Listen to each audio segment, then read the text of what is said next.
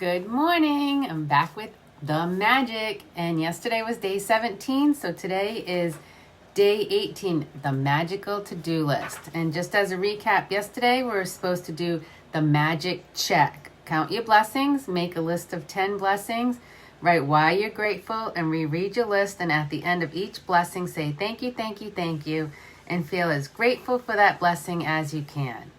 Fill in your magic check with the amount of money you want to receive along with your name and today's date.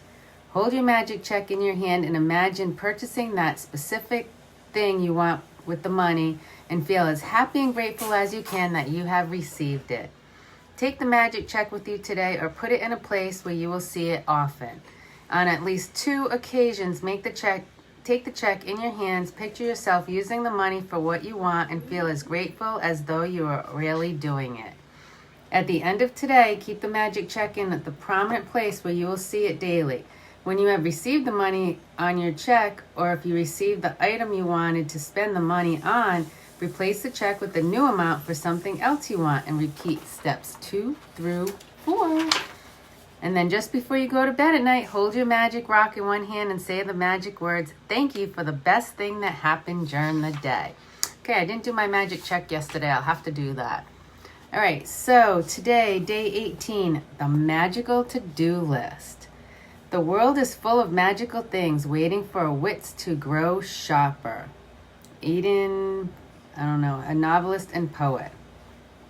Really, when you think about it, gratitude is your best friend. It is always there for you, always available to help you. It will never fail you or let you down. And the more heavily you lean on it, the more it will do for you, and the more it will enrich your life. Today's magical practice will show you how to lean on gratitude even more, so it can do far more magical things for you. Every day there are little life problems that come up and that need solving. Sometimes we feel overwhelmed if we don't know how to solve a situation. Maybe your problem is that you don't have enough time for all the things you need to do and you're at a loss because there are only 24 hours in a day. It may be that you feel overwhelmed from work and you want more free time, but you can't see any way to have it. You have to be at home taking care of children and you're feeling frazzled or exhausted, but you don't have the means to get support to give you time out. You may be faced with a problem that needs fixing, but you have no idea which way to turn to fix it. You may have lost something and tried your best to locate it, but had no luck. Or you might want to find something like the perfect pet, perfect babysitter, great hairdresser, or amazing dentist or doctor, and despite your best efforts, you haven't been able to find what you need. You could be in an uncomfortable situation because of something a person has asked you to do, and you don't know how to respond to them. Or you could be in some kind of dispute with someone and instead of getting it resolved, things seem to get worse. This magical to-do list practice will help you with any little day-to-day problems when you don't know what to do, or when you simply want something to be done for you. You will be amazed at the results. Ooh, how exciting. When you combine gratitude's magical power with the law of attraction, people, circumstances, and events must be rearranged to do what you want done for you.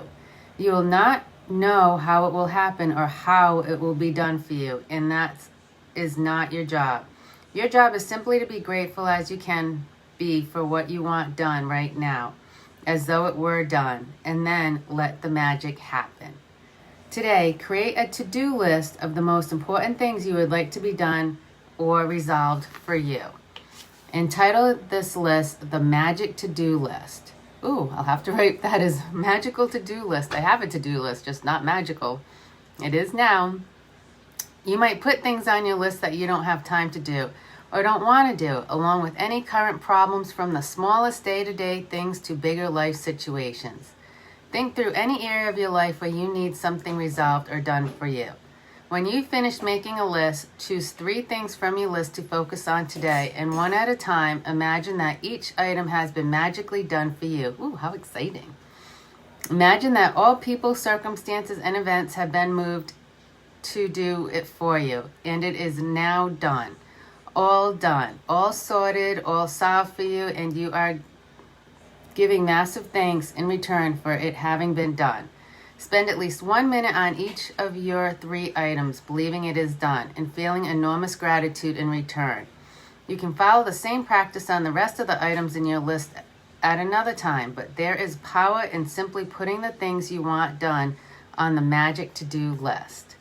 Remember that the law of attraction says like attracts like, and that means that when you're grateful for the solution as though you have them, you will attract everything you need into your life to resolve the situation.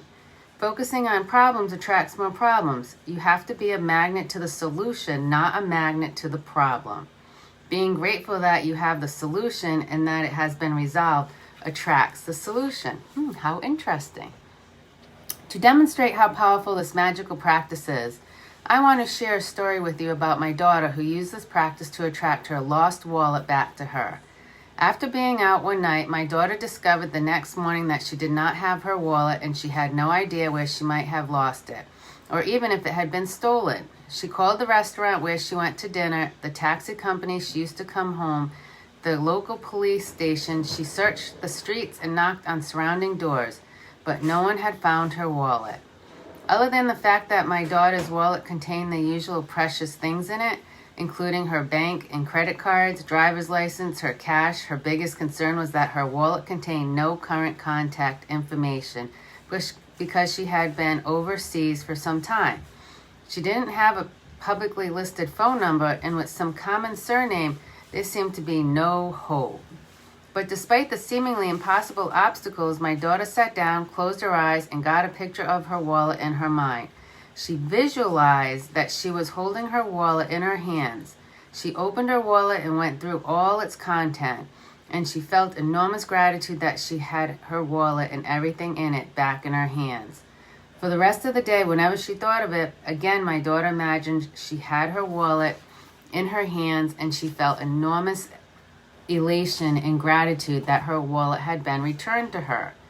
Later that night, she received a call from a farmer who lived 100 miles away saying that he had found her wallet. The extraordinary part of the story is that the farmer had found the wallet in the street outside my daughter's home in the early hours of the morning, and he immediately searched the wallet looking for contact details. He made several calls in trying to find its owner, but with no avail, so he gave up and drove back to his farm with the wallet. But while he was walking out in the fields at his farm, the wallet kept nagging at him, and he decided to search through it one last time. He found a small piece of paper with the man's Christian name written on it, so he put the Christian name together with my daughter's surname and called Directory Assistant. There was just one listing for that Christian name and surname.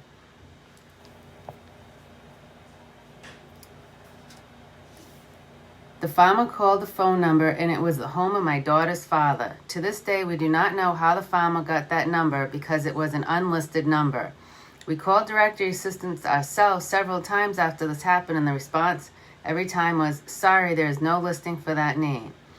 From 100 miles away, through the most extraordinary sequence of seemingly impossible events, my daughter's wallet was returned to her intact. She fulfilled her part in being grateful that she had her wallet back, and as much must happen, gratitude performed its magic and moved every person, circumstance, and event to return her wallet to her. Now that's amazing.